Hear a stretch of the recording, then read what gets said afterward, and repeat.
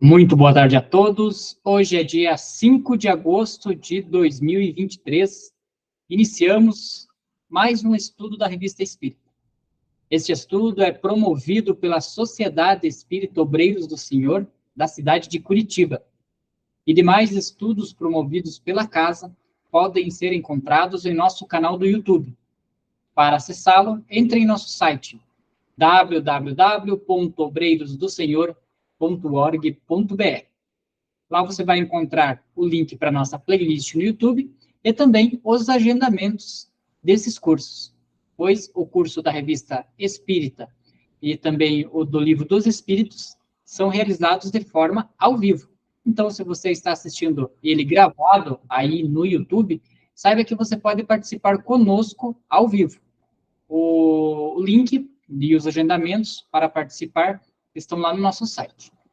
Nós estamos estudando o ano de 1861 da Revista Espírita e chegamos no estudo de número 20.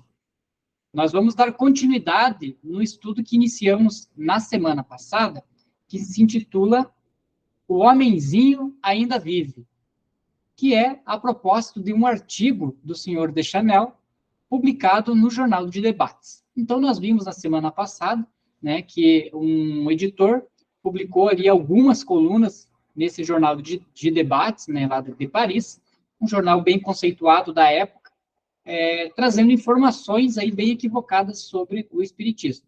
Kardec, como seu costume, né, de sempre ver aí o lado bom da situação, né, vem falando que a propósito desse artigo, apesar dele estar desvirtuando aí o que era a doutrina espírita, ele, na verdade, ele fez um grande comercial da doutrina, porque jamais, né, a Sociedade Parisiense Espírita teria condições de fazer uma reportagem daquele tamanho falando do espiritismo, e, obviamente, que quem queria se aprofundar iria buscar aí fontes mais confiáveis de conhecimento. Então, Kardec vem rebatendo aí algumas questões desse artigo e nós vamos dar continuidade, então, a esse estudo. Você pode ler para nós, Perina? Então, boa tarde a todos. Estamos dando continuidade aí ao artigo, como o Lero colocou, né, que é o Homenzinho Ainda Vive, né? Então, na continuidade, Kardec continua assim. Isto não passa de raciocínio, essas ideias que o Deschanel tinha colocado, né? Vejamos se os fatos vêm contradizer. Julga-se do crédito de um jornal, das simpatias que encontra na opinião pública pelo número de seus leitores. O mesmo deve dar-se com o espiritismo, representado por algumas obras especiais. Só falaremos das nossas, porque lhes conhecemos o número exato. Pois bem, o Livro dos Espíritos, que passa por conter a mais completa exposição da doutrina, foi publicado em 1857. A segunda edição em abril de 1860. A terceira em agosto de 1860. Isto é, 4 meses mais tarde. E, em fevereiro de 1861, a quarta edição estava à venda. Assim, 3 edições em menos de um ano, provando que nem todo mundo é da opinião do senhor Deschanel. Nossa nova obra. Em Pereira, só uma curiosidade que não sei se você ou a Sônia vão saber, mas eu achava que eram 2 edições do Livro dos Espíritos, uma com 900 e poucas perguntas e a segunda lá com o total lá de 1019, se não me engano, né? Ali ele está falando numa quarta edição. Será que ele está querendo se referir às tiragens, né? Fez uma tiragem de 200, depois mais uma tiragem de 200, porque ali ele está dizendo que vai ter a quarta, né? Será que... Não, ele está se referindo à quantidade de vezes que foi publicado, porque na verdade é que nem hoje, também funciona assim. Quando você faz um livro, eles colocam lá 50 mil exemplares, por exemplo. É uma edição, primeira edição, vamos dizer, um exemplo. Aí depois, quando está esgotando aquele lá, eles criam outra edição. Aí é nesse sentido que ele está referindo, é a quantidade de vezes que foi tirado, né? Da tiragem. Da tiragem. Agora, assim, houve as edições, a edição, que é diferente, né? Que na primeira, segunda que editou, que modificou. E daí sim houve essas alterações, essas atualizações. É claro que mesmo hoje nas obras, hoje dos livros, quando fazem, eles costumam, em algumas edições, fazer algumas atualizações, algumas correções, vamos dizer assim, né? De uma anterior. Então, é a mesma coisa quando você com o Livro dos Espíritos. Mas concordo com você, que houve realmente a edição, a atualização, a mudança foi na segunda, que você falou lá, quando ele houve que diminuiu as perguntas lá e tal. Ele acrescentou mais perguntas, né? Que era um número X. Alterou as ordens lá de algumas questões, tudo. Então, é isso sim. Uhum. Então, essa é a diferença da primeira edição com as outras que depois foram atualizadas. Né? Então, isso é bem, se a gente perceber hoje, nas obras que publica, também ocorre isso, né? De algumas atualizações, né? Bom, acho que fica bem claro nisso, né? Que daí ele está referindo à quantidade de livros que foram editados. Onde é que nós estávamos mesmo? Eu me perdi aqui um pouquinho. Aqui, assim, 3 edições. Assim, 3 edições em menos de um ano, provando que nem todo mundo é da opinião do Senhor de Chanel. Nossa obra, o Livro dos Médios, aí que ele está comentando, Livro dos Médios apareceu em 15 de janeiro de 1861. E já é preciso em preparar uma nova edição. Olha aí, ele está referindo à quantidade de livro que foi colocado. Foi pedido da Rússia, da Alemanha, da Itália, da Inglaterra, da Espanha, dos Estados Unidos, do México e do Brasil, etc. Que legal, né? Ele falava do Brasil lá, né? O Brasil pediram livro também naquela época, hein? Os artigos do jornal Des Debates apareceram em novembro último. Se tivesse exercido alguma influência sobre a opinião pública, teria sido precisamente sobre a revista Espírita que publicamos, que tal influência teria feito sentir-se. Ora, a 1º de janeiro de 1861, data da renovação das assinaturas anuais, havia 1/3 a mais de assinantes em relação à mesma época do ano precedente. E diariamente recebe novos que, coisa digna de nota, pedem todas as coleções dos anos anteriores, de modo que foi necessário reimprimi-las. Então, se o Deschanel ali estava tentando, com o artigo dele, diminuir os adeptos, foi na contramão, né? Foi na contramão. Porque se ele saiu em novembro, a revista de janeiro tinha 30% a mais de pedido, né? Então, foi bem na linha do que Kardec falou, né? Um jornal conceituado daquele, fazer um editorial do tamanho que ele fez falando do espiritismo, né? A revista espírita ali, a Sociedade Espírita, não teria condições de pagar aquilo. Então, no fundo, ele veio fazer uma propaganda mesmo para a doutrina. Isso até hoje funciona, algumas vezes, essas questões negativas, né? Porque quando você faz um ataque maciço em cima de um lado, aquelas pessoas que estão em dúvida vão querer conhecer a história do outro, né? Então, vai querer saber se é verdade aquilo ou não. Infelizmente, hoje é ataque contra ataque, mas hoje existem muitas questões que deturpam o outro lado também, né, na resposta. Mas é bem isso mesmo. Então, a pessoa fez tanto alguém falar mal, fala, peraí, vamos ver o que é, mas quem que é essa pessoa que está dando tanta importância, assim, né, exagerada, né? Então, alguma coisa tem aí. E o resultado é bem positivo mesmo. Ó, de todos os lados, em Paris, na província, no estrangeiro, formam-se reuniões espíritas. Conhecemos mais de 100 delas nos departamentos e estamos longe de conhecê-las totalmente, sem contar todas as pessoas que disso se ocupam isoladamente ou no seio da família. Que dirão a isto o senhor Deschanel, Figueiredo, e gente da espécie? Que o número de loucos aumenta. Sim, aumenta de tal forma que em pouco tempo os loucos serão mais numerosos que as pessoas sensatas. Kardec tinha umas tiradas assim fantásticas, né? De colocar, a maneira de colocar as coisas, né? Isso aí é fantástico. Mas o que tais senhores, tão cheios de solicitude pelo bom senso humano, devem deplorar é ver que tudo quanto fizeram para deter o movimento produziu resultado exatamente contrário. Querem saber a causa? É muito simples. Eles pretendem falar em nome da razão, e nada oferece de melhor. Uns dão como perspectiva o nada, outros as chamas eternas. Duas alternativas que agradam a muita pouca gente. Entre as duas, escolhe-se a que é mais tranquilizadora.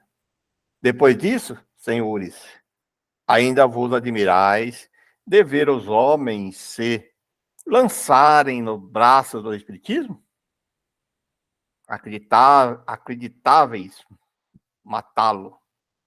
E nós tivemos de lhes provar que o homenzinho ainda vive e viverá muito tempo. Então, daí que saiu o tema. Depois dizem que o Kardec era sisudo, era sério, né? Ele era sério, né? Mas ele tinha um humor, assim, diferente, né? Da maneira de colocar as coisas, né? E não chega de ser uma sátira, assim, né? Dá uma cutucada nessa turma aí. E interessante ele colocar ali a dicotomia ali da questão, né? Entre uma que vai oferecer o inferno, o fogo eterno, e outra que oferece um pouco mais, um entendimento um pouco melhor, com qual a pessoa vai ficar. Né? Com aquela que tem mais razão, né? Porque, poxa, ou você faz isso e vai para o céu, ou faz isso e vai para o inferno. Não tem muita lógica. Não, o que tem entre isso que explica melhor isso? Então, você vai atrás daquilo. E a gente vê hoje em dia, né, que existem, vamos falar assim, o jeito antigo de fazer o marketing aí, né, principalmente na política, é trazendo mais daquilo que era antigo, que hoje em dia o povo não consegue mais engolir essa questão, né? Talvez, como a gente comentou no estudo passado, talvez aí até algumas pessoas assim com mais dificuldade de acesso à informação até aceitem, mas a maioria das pessoas já não consegue nem ler, nem visualizar aquilo, né? Porque é muito mais daquele mesmo. Então, onde a gente consegue um pouquinho mais dessa informação que traz algo além do que esses dois lados da moeda, então a gente vai conseguir, né, lendo, buscando ter esse conhecimento. E o Espiritismo, na época, foi bem isso, né? Na época em que vinha ali os anos das luzes, né, que onde tinha os vários questão de pensadores lá, era uma coisa que ou era o bem e o mal na época, né, o que as igrejas ortodoxas pregavam, né, o céu e o inferno, e veio o espiritismo com uma coisa além disso. Então, óbvio que as pessoas, por isso que eles falavam que era muito seletivo o espiritismo, era só as pessoas inteligentes que iam, né, e eles usavam isso até como uma questão prejudicial para o espiritismo, mas não é, né, é a mesma coisa hoje em dia. As pessoas que querem um pouco mais de conhecimento vão atrás. Não é todo mundo que quer. Tem pessoas que só quer aquilo que está escutando. Então, lá naquela época já aconteceu assim e hoje ainda acontece. Né? Mas a diferença está que naquela época, na época antiga, então os meios de comunicação eram muito restritos. Então era o jornal lá e tal, não tinha muito hoje esses em massa, assim, que todo mundo consegue o acesso fácil. Então aí o nazismo, o Hitler, o pessoal dos nazistas criaram, ele falou, coloca-se uma mentira, repete muitas vezes seguidas que ela se torna verdade. Então eles expõem massivamente, então, tanto repetir, e o alcance, já na época do nazismo já tinha começado um pouquinho isso, e hoje eles usam isso com muita propriedade. Eles jogam a mentira, repete tudo que é mentira, que as pessoas começam a ouvir, aí começam a falar, não, mas é verdade, aí vai até acreditar que aquilo é verdade. Então a diferença está nisso, que naquela época era muito restrito, né? Então era o jornal lá e tal, era poucos caminhos. Então funcionava muito bem assim. Hoje o perigo está nisso, né? Que mesmo aí às vezes a contradita às vezes não alcança a mesma capacidade de divulgação em massa, e aí fica pelaquela mentira que foi colocada de maneira com tanta propriedade, com tantas repetições, que as pessoas começam e acabam acreditando. Né? Tanta repetição, fala, poxa, isso é verdade, isso e vai pelo outro lado contrário, né? Então, mas acho que isso sempre houve, né? Eu acho assim, do poder maior, de alguma forma, subornar os meios de divulgação, né, para que fale só a sua língua, né, e perseguir quem fala o contrário. Mas eu penso que nós agora temos mais vantagem ainda que nós temos a internet. Naquele tempo não havia internet, havia o boca a boca, né, isso continua. Mas se naquele tempo sequestrasse o jornal, por exemplo, para obrigar seu jornal a falar a língua do poderoso, né, que queria incutir ali a sua ideia, não sobrava quase nada da forma das pessoas se comunicarem, né? E atualmente existe a internet. Por isso, essa ânsia que os poderosos têm de controlar a internet, né? De botar regras e impedir que as pessoas falem, não, aquilo é mentira, vamos cortar, vamos podar, porque eles viram que está assim, fugindo ao controle, né? Totalmente. Então, as pessoas já estavam, eu acho assim, nessa estagnação, né, desde o tempo, sei lá, acho que uns 50, 60 anos que as pessoas estão, assim, sendo levadas, né. De repente, a coisa começou a surgir outras ideias através da internet, do boca a boca, que agora é através da internet, né.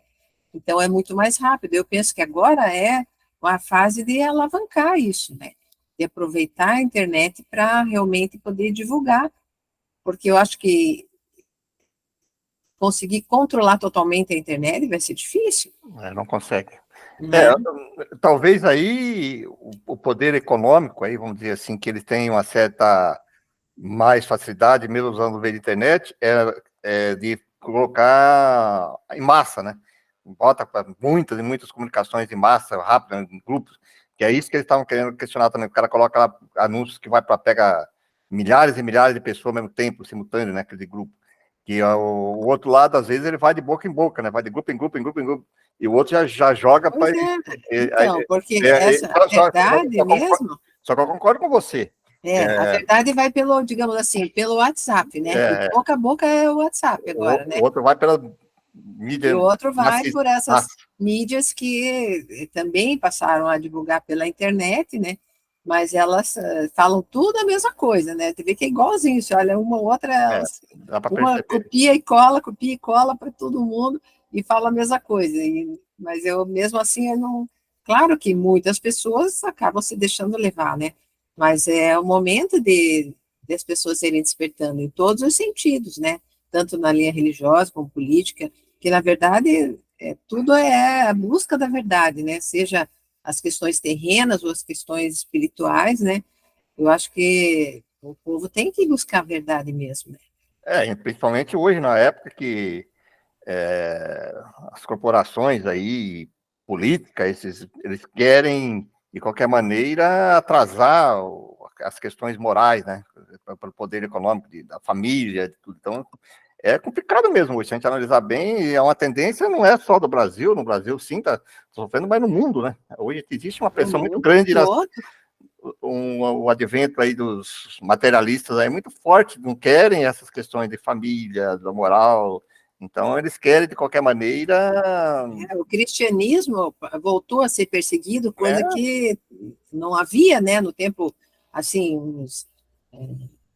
sei lá, 60, 70 anos atrás, não havia essa perseguição do cristianismo, né? E aí começou cada vez mais, porque o cristianismo acaba despertando mesmo as pessoas para as coisas, né? Para os valores, né? E tudo isso vai impedindo que outros venham com ideias erradas e tentem destruir família, etc. Né? Bom. E é interessante a gente trazer essas questões para ver como, apesar de a tecnologia evoluir, o modus operandi não evolui. É a mesma coisa, né? Na época, eles usavam os jornais para fazer o ataque, hoje se usa a internet para fazer o ataque, e assim vai continuando. O que sempre precisa, e o que eu vejo que falta ainda, vamos falar pelo povo brasileiro, que é onde a gente está, né? É um amadurecimento da população naquilo que consome, né? Então, hoje, cada faculdade quase não tem tempo muito de ficar nas redes sociais, né? Mas quando eu tinha um pouco de tempo lá, por exemplo, no TikTok, né? Que são videozinhos curtos, né? Aí, naquela época da pandemia, tinha muita live, né? O pessoal fazia muita live. Aí você via, às vezes, tinha eu gosto muito de música, então, de repente, tinha um daqueles americanos lá tocando blues ou tocando jazz, lindo, assim, o instrumental deles. Você ia ver, tinha 50, 100 pessoas assistindo ao vivo. Aí, de repente, você passava por um canal lá de funk ou de qualquer outra bobeira, tinha 3.000, 4.000 pessoas assistindo. Então, falta muito da questão, assim, do amadurecimento também da população, de onde buscar as suas informações, né? Com qual qualidade que eu quero. Bom, mas também não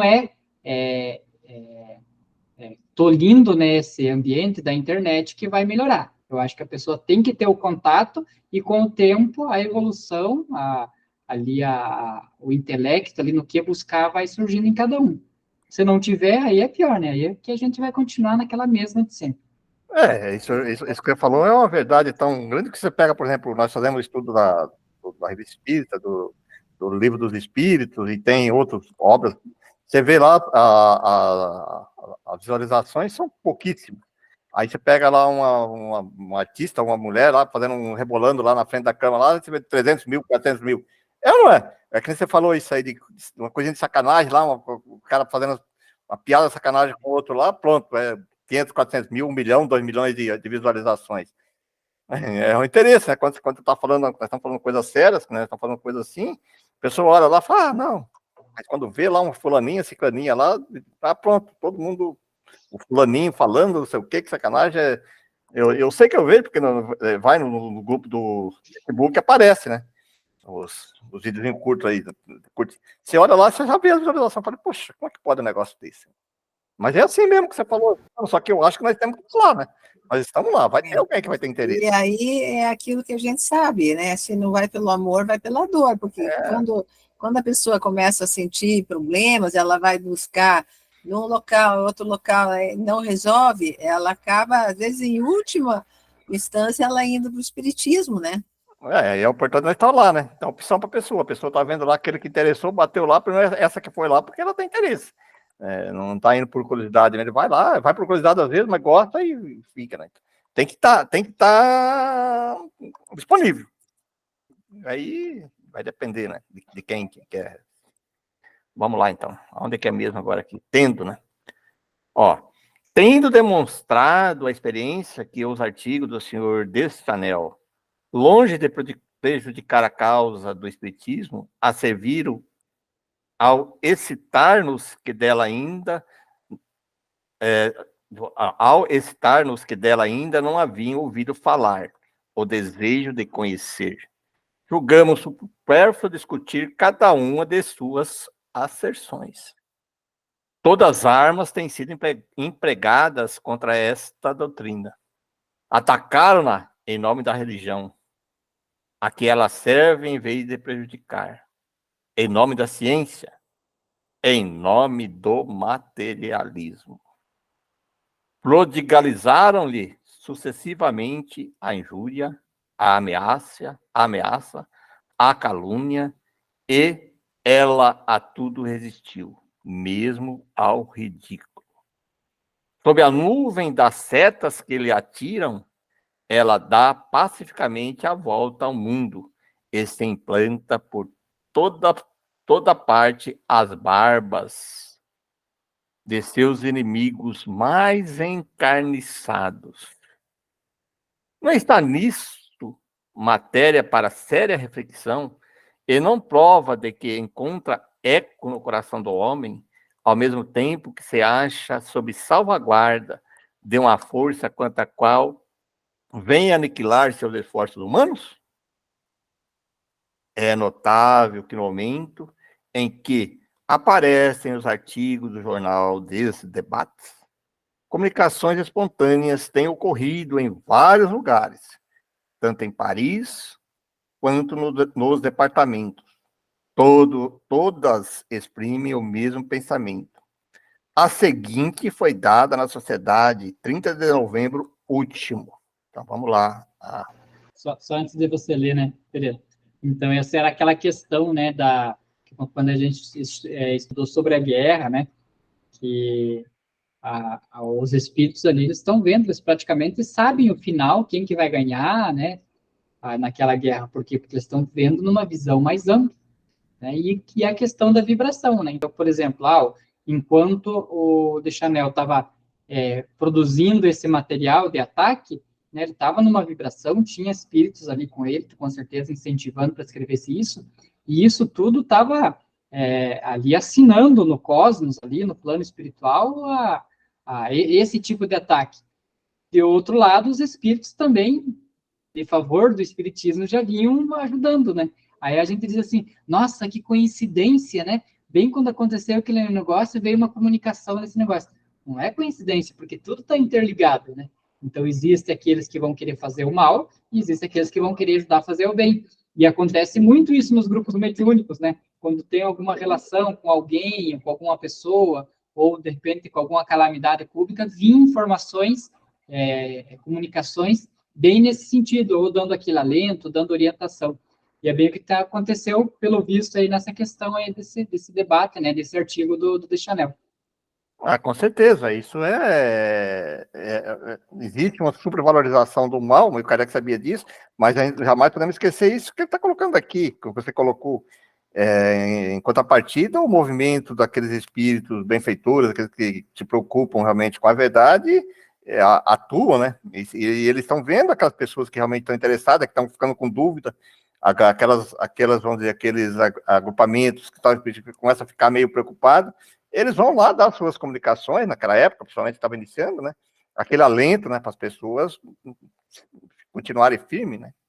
Isso acontece mesmo. Olha aí a comunicação, então, que foi no dia 30 de novembro último de 1801. Então, começa assim, ó. Não vos inquieteis com o que o mundo pode escrever contra o espiritismo. Não é a vós que atacam os incrédulos, mas ao próprio Deus. Mas Deus é muito mais poderoso do que eles. É uma era nova. Entendei bem que se abre ante vós, é um mundo novo que se abre ante vós. E os que buscam opor aos desígnios da providência, logo serão derrubados. Como foi dito perfeitamente, longe de prejudicar o espiritismo, o ceticismo fere a própria mão, e ele mesmo se matará, já que o mundo quer tornar a morte onipotente pelo nada. Deixai eu falar. Não lhe oponhas, senão a indiferença ao seu amargo pedantismo. Para vós, a morte não será mais essa deusa atroz que os poetas sonharam. A morte se vos apresentará como outrora, dos dedos de rosa de Homero. André Chenier. Como a aurora, né? A aurora dos dedos de rosa. Isso é como a aurora. Como a aurora dos dedos da rosa de Homero, que é um poema, né? André Chenier. Agora sim, São Luís, né? Sobre o mesmo assunto, São Luís havia dito antes. Semelhantes artigos só fazem mal aos que os escrevem. Nenhum mal fazem ao espiritismo, concorrendo para o espalhar, mesmo entre os seus inimigos. Aqui é interessante, né, Pereira, que eu me lembro uma vez na palestra, o palestrante falou assim, né, que quando essa questão de você escrever e atacar é parecido com aquele menino que queria sujar lá as roupas que estavam no varal, foi lá e pegou um monte de carvão, né, e começou a jogar na roupa, né. Lógico, ele sujou um pouco da roupa, né, mas quando ele acabou de jogar todos os carvão, que ele olhou nele, ele estava muito mais preto, né, muito mais sujo, né, do que a própria roupa que ele estava tentando sujar. Tá vendo essa questão que São Luís vem dizer, né. Então, aquilo que escreve uma escrita que não é uma escrita edificante, e isso não vamos falar só na acusação do espiritismo. Quando você vai produzir qualquer material, você está produzindo material edificante, material que induz as pessoas ao bem, à evolução, beleza, então esse material vai ser útil tanto para a pessoa quanto para você. Agora, já é uma coisa que vai escrever o quê? Está produzindo o quê? Né? É bem como diz o Divaldo, né, quando ele vai escrever um livro, né? Esse livro é para aquela tal pessoa. Ele vem assim, antes de tudo é para mim, que eu que sou a primeira pessoa que estou escutando, é eu que estou psicografando, né? Quando eu vou fazer uma comunicação, antes de tudo, aquela comunicação é para mim, por quê? Porque está saindo, eu estou escutando, tendo a intuição primeiro, né? Então, quando a pessoa vai escrever esse ataque, às vezes vamos chamar de enrostido, né? Às vezes é a pessoa ali que está com inveja, né? Serve muito mais para a pessoa do que para a pessoa que ela está atacando, propriamente dito. Hoje, inclusive, já existe aí esses estudiosos aí do PNL, aí de programa não linguística, e dos que escrevem que jamais você deve falar mal do teu inimigo, né? Você fala mal, falar explicitamente, você não precisa falar bem dele, mas você não ficar, se você ficar batendo e falando tudo dele, só falando dele, vai acontecer bem, aconteceu aqui, né? Então, do teu concorrente, principalmente nas empresas, você não fala mal do teu concorrente.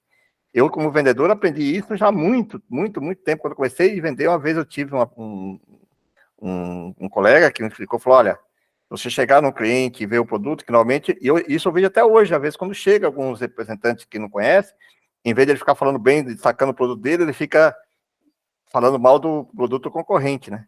Que é bem isso, que daí você, mas peraí, todos vão falar, entendeu? Então, essa que você falou, isso que você falou aí é uma realidade, né? Jamais você deve destacar negativamente o outro. Falando, puxa, eu conheço, ele tem um produto lá e tal, assim, mas nosso diferencial é esse. Isso eu aprendi, na prática eu aprendi isso muito rápido, e eu vejo claramente algumas pessoas chegando desse jeito, carcando pau. Que nem a gente diz que a gente não deve dizer que o cérebro funciona sem ouvir ou não, né? Então, se você diz assim, eu não quero fazer mais tal coisa errada, você está reforçando aquela coisa errada, né? Você tem que falar o positivo.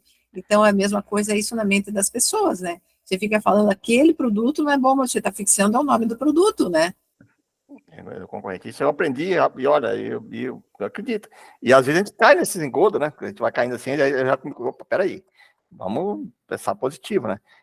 Que nem falar mal das outras, às vezes a gente começa criando umas cutucadas em outras linhas, nós temos que destacar a nossa, né? Destacar a filosofia espírita. E às vezes acaba cutucando também, que começa colocando, cutucar tudo bem, né? Demonstrar as diferenças. Sim, fazer a comparação aí tudo bem, uma né? coisa. Mas às vezes a gente vê aquele ataque, né, fervoroso contra ele. Não deve, né? Um ataque negativo. Não, porque é isso. Peraí. Eu sempre gosto de falar, eles têm a maneira deles aí, nós somos diferentes. Interessante isso. Outro espírito respondeu a um médico, Denis, que lhe perguntou o que pensava dos artigos. Deveis ficar satisfeito com isto. Se vossos inimigos se ocupam tanto convosco, é porque vos reconhecem algum valor e vos temem. Deixai-os, pois, que digam e façam o que quiserem. Quanto mais falarem, mais vos farão conhecer. E não vem longe o tempo em que serão forçados a calar-se. Sua cólera prova a sua fraqueza. Só a verdadeira força sabe dominar-se. Tenha calma da confiança. Tenha a calma da confiança. A franqueza procura perturbar, fazendo muito barulho. Olha aí, né? Fraqueza. A fraqueza. Vamos lá. Agora o Kardec continua. Querem agora uma amostra do emprego que certos sábios fazem da ciência em proveito do espiritismo? E temos um exemplo. Um dos nossos colegas da Sociedade Parisiense de Estudo Espírita, o senhor Indermulli, de Berna, escreve-nos o seguinte. O senhor Schiff, professor de anatomia, não sei se é o mesmo que tão engenhosamente descobriu o músculo estalante, no qual o senhor Jobert de Lambelle tornou-se o editor responsável. O Kardec faz uma nota, e nota de Allan Kardec, né? Deu aqui há algumas semanas um curso público sobre digestão. Certamente o curso era interessante, porém, depois de haver falado muito sobre a cozinha e a química, a propósito dos alimentos, e provado que nenhuma matéria se aniquila, que tudo pode dividir-se e transformar-se, mas que é encontrada na composição do ar, da água e dos tecidos orgânicos, chegou à seguinte conclusão. Assim, pois, diz ele, a alma, tal como o vulgo a entende, é justamente no sentido de que aquilo que chamamos alma se dissolve após a morte do corpo, assim como o corpo material. Ela se decompõe para que se juntem novamente as matérias nelas contidas, seja no ar, seja nos outros corpos. É somente nesse sentido que a palavra imortalidade se justifica. Do contrário, não. É assim que, em 1861, encarregados de instruir e de esclarecer os homens, os sábios lhe oferecem pedra em vez de pão.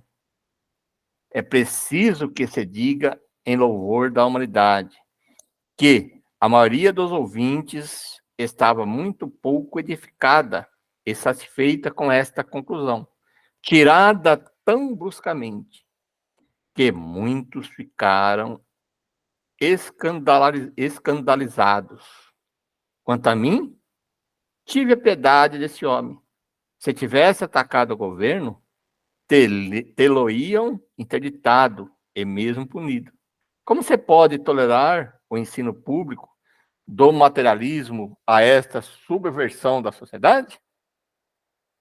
É interessante, né, esse raciocínio, porque você vê, se tivesse falado mal do governo, já tinham feito alguma coisa. Agora, falar mal, né, e colocar na cabeça das pessoas, ensinar, né, nas escolas e tudo, que tudo acaba, né, que é o materialismo mesmo, aí tudo bem, né? Você vê que esse paradigma ainda continua, né? Com certeza.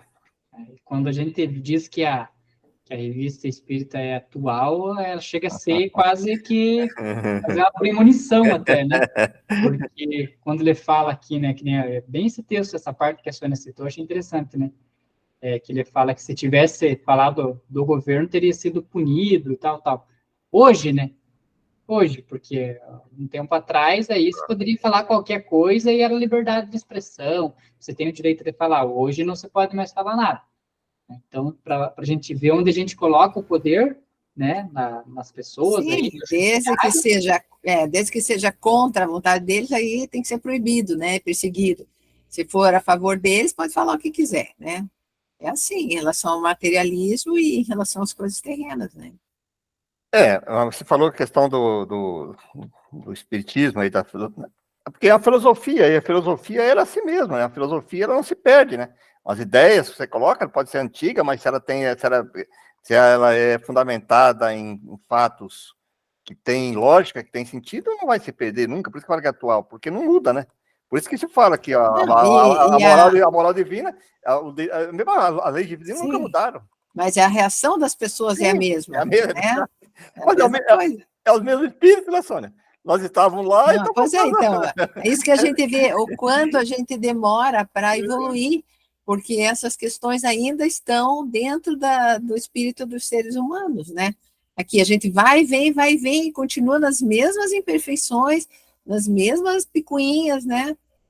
Muda um pouquinho ali o contexto, mas na verdade a essência é a mesma, né? O que resta nós saber em que posição nós estávamos aí há 100 anos, 200, 300, 400, 500 anos atrás, nas outras encarnações, né? De que, Sim, a gente imagina que aqueles não precisaram mais reencarnar, né? Já, pelo menos não nesse planeta, né? Os que estavam a favor da verdade, né? Eles já superaram isso, já não estão aqui, né?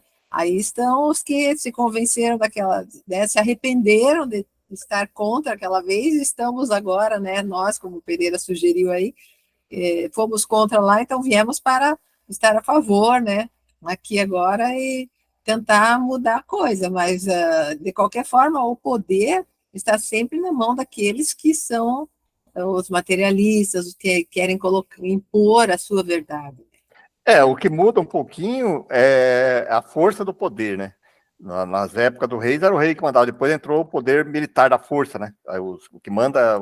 Aí teve o poder da religião, né? Porque aí a igreja tão forte que ela dominava, que criava o verdadeiro império que criava. Então, cada vez vai mudando, depende de onde que está a linha do poder, né? Agora nem vou falar onde é que está, né, Então, Léo? aí existe a questão do materialismo, aí hoje acho que bagunçou, né? Porque quando você falava dos reis, então era fácil, você tirava o rei e mudava totalmente a linha, né? Criava, modificava o pensamento. Mas hoje está meio complicado, porque se criaram verdadeiras oligarquias aí, enormes, né? Que se juntam tudo. Mas se a gente for ver o que o Kardec dizia, né, ele falava que a verdade não adianta, eles lutam, fazem de tudo, mas ela vem como uma onda e ela acaba levando tudo de roldão, né? Não tem Pode como, né? demorar, claro, pode demorar, porque são obstáculos, né? Mas acaba sendo vencedora no final, né? Então, se ainda não venceu, porque ainda não é o final, né? Como dizem, né? Não, por que é interessante essa mudança? Porque às vezes aqueles que estavam lá vêm para a Terra aqui e aqueles outros ali falam, bom, agora você tem a chance de você também ajudar aqueles que estão teimando ali, né? Que somos nós, por exemplo, que nós fala assim dos trabalhadores da última hora, né? Nós vemos que a filosofia espírita no espírito também temos essa missão de tentar, pelo menos, vamos dizer assim, ser formador de opiniões, né, de ideias diferentes para mudar, né, colocar à disposição disso, né, que vamos conseguir, mas quanto mais nós formos fortes nesse sentido, em argumentos, em coisas, melhor nós vamos conseguir o nosso objetivo, né. Eu acho que nesse ponto nós estamos muito tímidos ainda, né, deveríamos ser mais organizados, mais unidos e mais firmes nos propósitos, né? Então a gente se deixa se levar, e o outro lado, ele é muito forte, né. Isso é histórico também, né? Qualquer época da humanidade sempre foi essa oposição foi muito grande nessas questões, mas está na hora de inverter isso, né? Se nós queremos sair para ir para o mundo de regeneração, está na hora de nós começar a reverter essas ideias, né? Esse é sempre uma crítica que eu faço, né? Que às vezes o espírita ele é muito tímido no falar da doutrina, né? Às vezes, o que você é? Sou cristão, né? Tem até vergonha de falar que é espírita, né? Eu gostei daquela nova denominação que o Pereira criou lá, né? Sou cristão espírita, né? Cristão espírita. E eu acho que eu sou espírita cristão, né? espírita cristão. A gente tem que falar, né? Porque às vezes... Mas e foi o Kardec que disse, né? Tem um trecho não sei se é no Livro dos Espíritos, não lembro bem, ou no Evangelho, não sei, mas ele fala em aqueles que forem espíritas cristãos, né, para reforçar que não é espírita que é empolgado com o fenômeno, né, mas não é aquele espírita que tem a base moral cristã. Isso é importante, eu acho que nós temos que ser assim, nós temos que falar isso que nós estamos fazendo aqui, é uma coisa bacana, talvez não tenha alcance muita gente, mas é uma coisa que nós temos que falar assim abertamente, né? Às vezes a gente fazemos algumas críticas no bom sentido, uma cutucada aqui, outra ali, mas é no sentido, não é com maldade para querer colocar, é para fazer, para movimentar as coisas, né? Fazer que as pessoas pensem e reflitam um pouquinho mais sobre isso, né? Não fica aquela questão assim, a pessoa fala uma coisa, nós sabemos que é totalmente fora da realidade, às vezes no próprio meio espírita, não devemos falar nada, porque às vezes temos que falar, a maneira de falar talvez tem que ser pensada, né? Falar da maneira, mas tem que falar, olha, isso aí não é bem correto, não é isso que diz a doutrina espírita, né? Ainda tem mais um trechinho, né? Tem. Onde é que estamos aí mesmo agora? É o Kardec, né? A essas judiciosas reflexões de nosso colega, acrescentaremos, ele está falando da mensagem de São Luís, né? Que uma sociedade materialista, tal qual certos homens se esforçam em transformar a sociedade atual, não possuindo nenhum freio moral, é a mais perigosa para qualquer espécie de governo. Olha o que está falando o Kardec aí. Por isso que ele falou, é bem para hoje, né? É agora. Talvez o materialismo jamais tenha sido professado com tanto cinismo. Olha, aqueles que são retidos por um pouco de pudor se compensam arrastando na lama que o pode destruir. Mas, por mais que façam, são as convulsões de sua agonia. Isso que ele sempre frisa, né? Que é o tempo final mesmo, né? Eles estão lutando e cada vez que eles lutam é pior porque eles vão caindo mais rapidamente no abismo, né? E diga o que disser o senhor de Chanel. é o Espiritismo que lhe dará o golpe de misericórdia.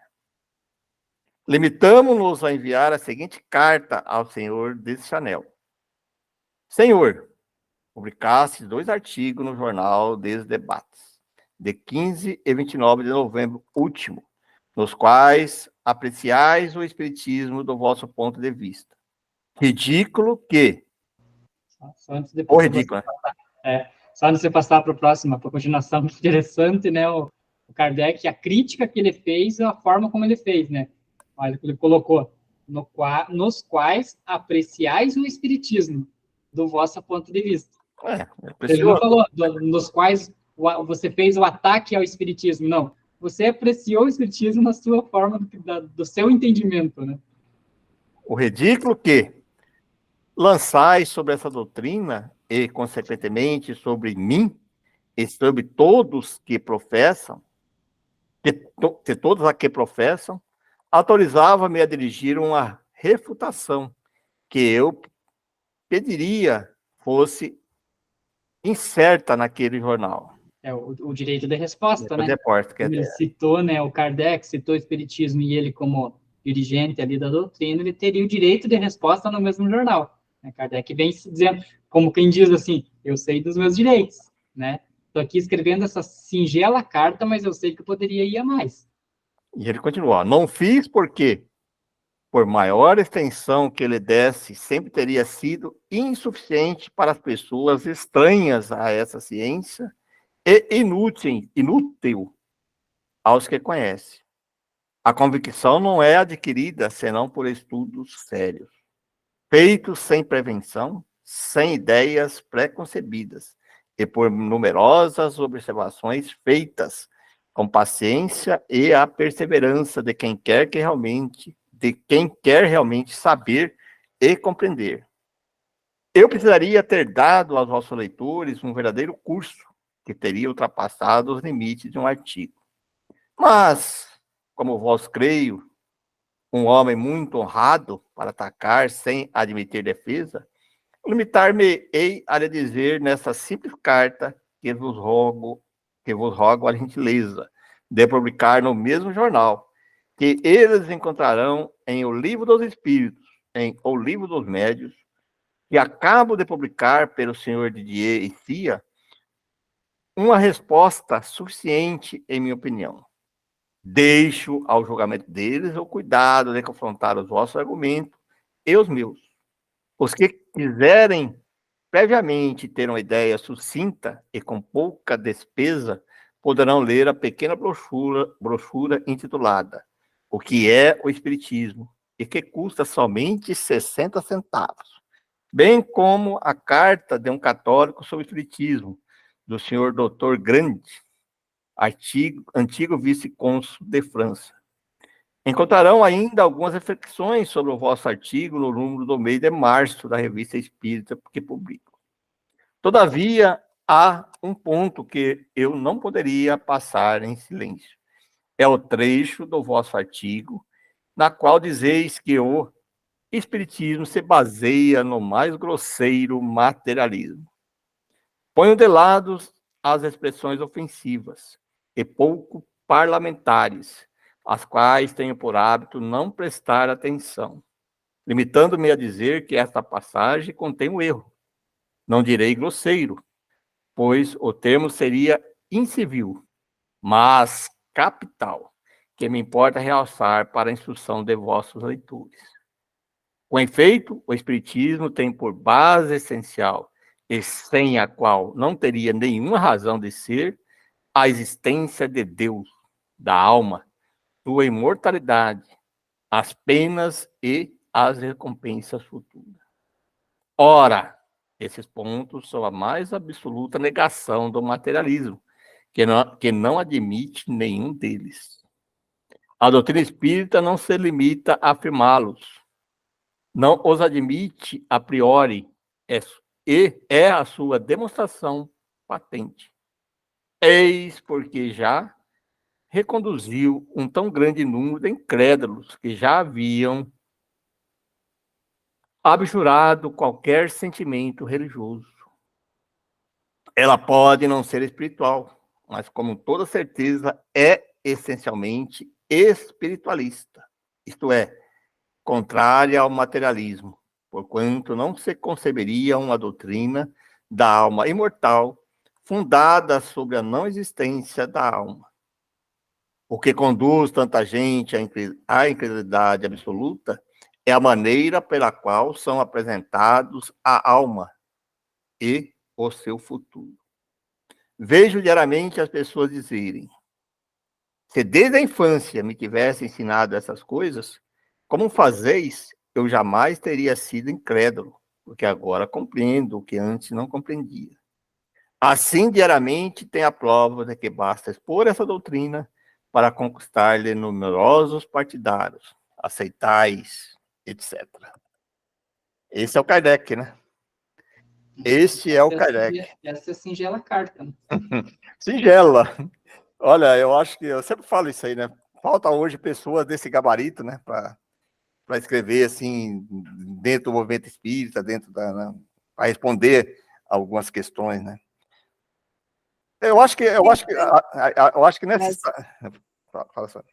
não, só ia dizer que naquele tempo, claro, o espiritismo estava surgindo, mas ele já surgiu com todo esse arcabouço, né, assim, muito intenso, né, pessoas capacitadas e tal, escrevendo, né, o Kardec, assim, com todo a evolução, né, espiritual que ele tinha, né, colocando as coisas criteriosamente e tal, né. Hoje em dia, muitas pessoas nem leem sobre o espiritismo e ficam pegando opiniões dos outros e aí adotam como suas opiniões e, na verdade, nunca conheceram o espiritismo a fundo, né? É uma pena isso. E naquele tempo, eu acho que as pessoas lá na Europa, elas eram, pelo menos a classe média, assim, não sei os pobres, né? Mas a classe média, assim, era mais intelectualizada, né? Mais, estudava mais, lia mais, né? Agora as pessoas perdem muito tempo, né? E às vezes também as profissões exigem mais, então é mais estudo técnico, e não existe uma cultura geral das pessoas pegarem livros e lerem e tal, né? E aí ficam só ouvindo dizer, porque um disse isso, outro disse aquilo, então ele adota como sua opinião. E é uma pena, né? Então essas coisas talvez pudessem ser ditas de uma forma mais direcionada mesmo, né? Porque senão tem lá inúmeros vídeos, né, de espiritismo no YouTube, por exemplo, mas talvez as pessoas nem acessem, porque dizem, ui, espiritismo, não quero saber disso, porque já estão com esse, né, estão preconcebidos, assim, né, uma ideia preconcebida de que aquilo ali é bobagem. Mas falta hoje, talvez nessa estágio de reencarnação agora do terreno que está aqui, líderes e aquelas pessoas que, por exemplo, nós estamos falando assim de Gandhi, Mahatma Gandhi, até o Mandela, aquele líder que chegava assim, arrastava a multidão, né, que fazia discurso, você pegava o Rui Barbosa, fazia aqueles discursos, né, bonito, que chegava assim, o pessoal seguia. Hoje não tem, você não tem líder mesmo que chega e fala, mesmo na área política, destaca às vezes algum no mundo empresarial, algum e outro aí que sai com algumas ideias assim, mas tá meio carente nessa estágio, nessa evolutiva dessas pessoas assim, né? Daquelas pessoas que chegam e falam assim, que todo mundo, né? Antigamente tinha muito, né? Os líderes chegavam assim e abalavam a multidão, os caras ouviam, né? Como o Lelo disse, né? Quem faz sucesso são as pessoas medíocres, né? Mas é porque também não tem. Internet. Isso que eu tô falando. Dentro do movimento espírita mesmo, hoje tem algum e outro que parece destaca aí, mas fica sempre aquele mesmo. Falta aquelas pessoas que chegam assim. Eu acho assim também que existe dentro da doutrina também uma ideia que nem sempre é verdade. Claro, a gente não tem que ficar polemizando direto, mas algumas coisas, por exemplo, vai ter discussão sobre aborto no Congresso. Eu não vejo um representante espírita aí lá. Então, mas tinha que ter uma pessoa lá que tivesse essa dom da oratória, de coisa de convencimento, Sim, chegar lá e mas aí colocar. Exatamente, porque não adianta falar a moral da história, falar não adianta falar isso, publicamente, né?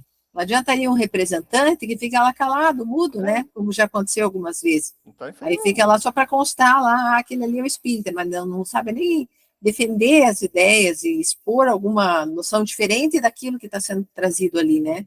E que a doutrina espírita é muito rica, né?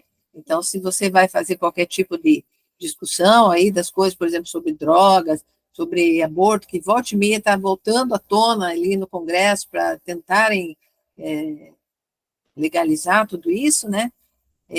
A gente, infelizmente, não vê o espiritismo ser representado, né? Eu acho que assim, que existe uma linha, que eles estavam falando muito da unificação, tal, do movimento espírita, mas eu já vi alguns falando que o momento do doutrina espírita, por isso que ocorreu isso, de haver, sim, uma polarização, quer dizer, abrir mais, em vez de ter vários segmentos, não uma ideia, porque sempre ficou calcado em um, né? Chico Xavier, fulano, ciclano, sempre parecia aquele líder que todo mundo ia seguindo tudo que ele falava. E chega no momento que isso tem que polarizar, tem que ter vários, que nem você falou, vários, tem que achar um jeito de unificar no sentido de você captar as ideias em todo sentido, né? Mas talvez essa seja a ideia, né? Até nas questões... E assim, e achar, por exemplo, nesse exemplo que eu citei, não, mas isso é coisa política, não vamos nos envolver.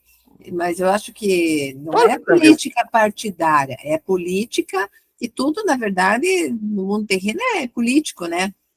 Mas os índios não estão defendendo as ideias dele lá, os outros vão lá, por que nós do movimento espírita não defender a ideia do religioso? Por que não? Então, é por causa disso que eu digo, que criou-se não, porque o Kardec disse que não se deveria falar em política, mas aí é política partidária, ficar discutindo, além de tudo, no tempo dele, nem sei se havia eleição, quer dizer, não havia a responsabilidade de cada cidadão criar uma boa noção para poder escolher o seu governante, porque vinha tudo de cima, né? Era um ditador, era alguém que tomava o poder e tal. Agora não, agora existe a responsabilidade de cada um através do voto, né? Eu acho que é um pouco diferente. Nessa questão aí, ainda a gente toma um baile, né, dos evangélicos, né? Porque os evangélicos, eles vão lá, né? Não é à toa que existe, como o pessoal fala, a bancada evangélica, né? Que, querendo ou não, eles vão lá, eles debatem, eles votam de acordo com o seu entendimento ali. Sempre estão, nesse quesito aí, a gente tem que até agradecer a eles, que sempre estão contra o aborto, né? Sempre são contra a legalização das drogas, né? Então, já imaginou se a gente começar a se engrossar, né? Essa tal da bancada, não só com evangélicos, mas com cristãos, né? Seja o cristão ali, o católico, seja o espírita cristão, né? Para a gente conseguir levar essas pautas para frente. Essa semana até eu vi ali no Congresso eles falando que é a questão da invasão de poderes, né? E eles falando do judiciário, que o judiciário está invadindo muito os poderes do Congresso, que é onde tem que votar as coisas. E ele falou justamente do aborto, que você citou. Ele bem assim, o Congresso já decidiu aonde pode ser apoiado o aborto. Não é o judiciário que vai decidir com quantas semanas pode se fazer.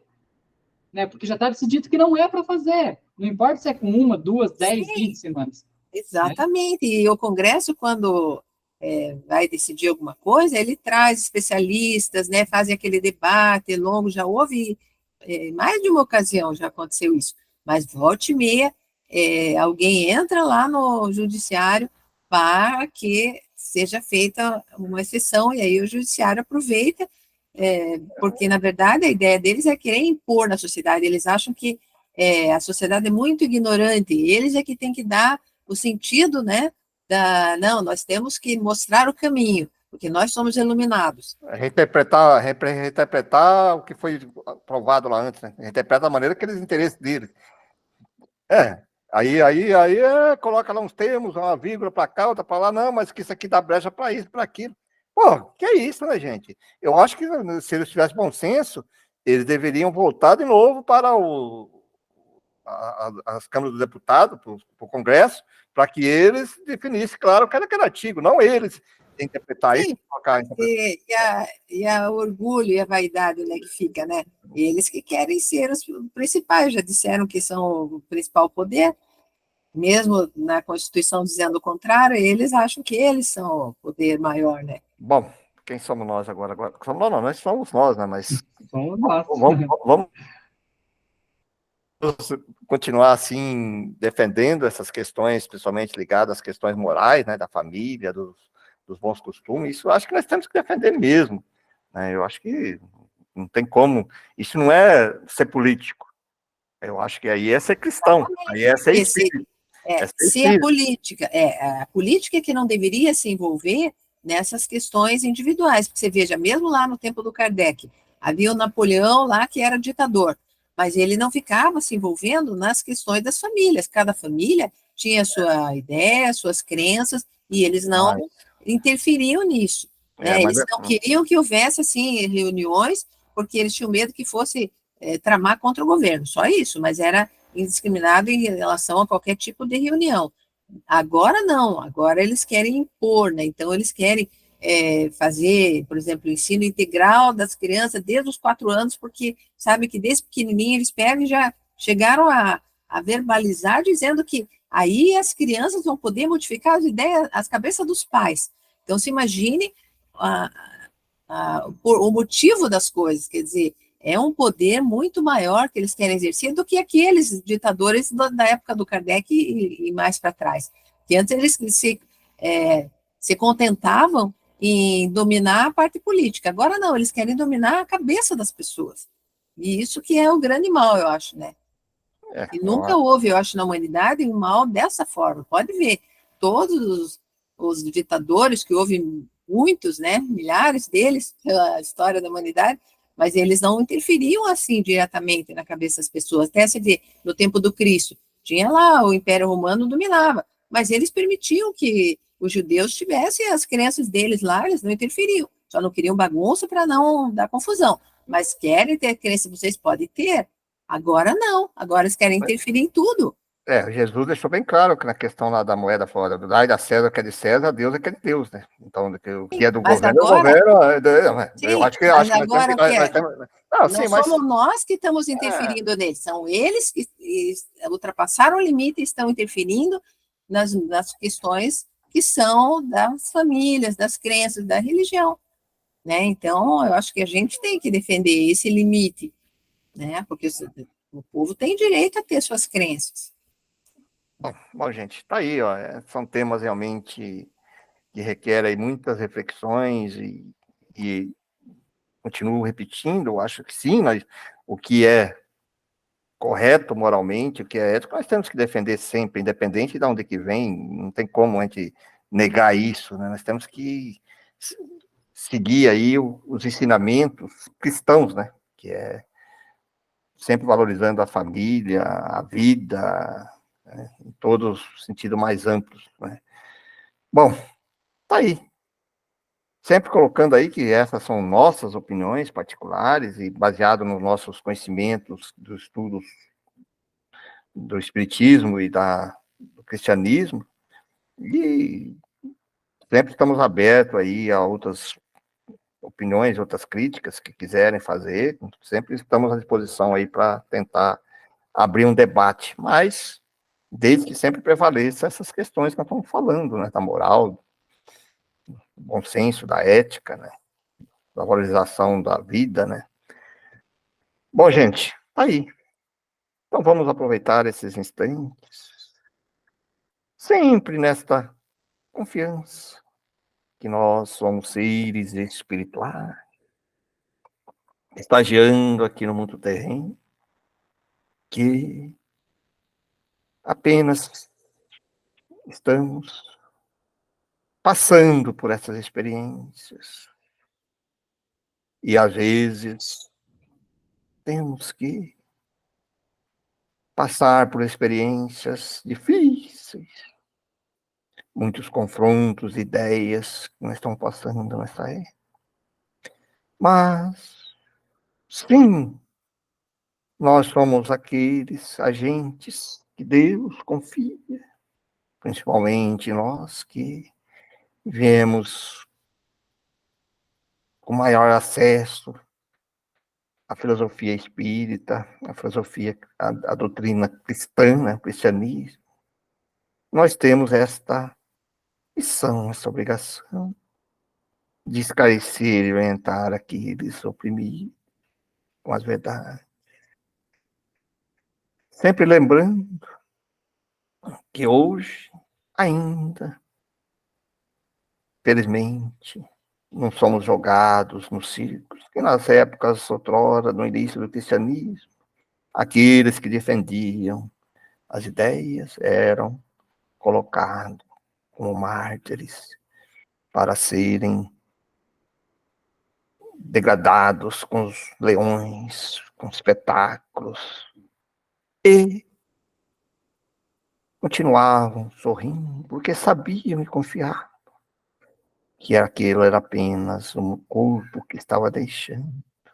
Sabemos também que aqueles que mais defenderam os cristianismos, Paulo, foram crucificados de ponta cabeça e sofreram todas e muitas violências, todos aqueles em épocas diferentes. E agora, um pouco diferente, mas nós temos oportunidade de, pelo menos, influenciar, colocar a retomada do cristianismo redivivo. E a filosofia espírita nos dá esses conhecimentos do mundo espiritual. Por isso, nosso agradecimento a Deus por oportunidades encarnatórias como esta. A Jesus, nosso mestre, que nos deixa o Evangelho, quando estudados profundamente, principalmente com o advento do Espiritismo,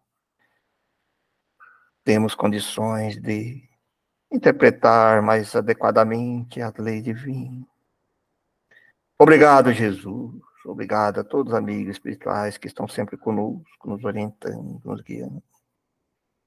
E assim, nessas vibrações de amor e gratidão, vamos encerrando o estudo dessa tarde. Obrigado e que assim seja.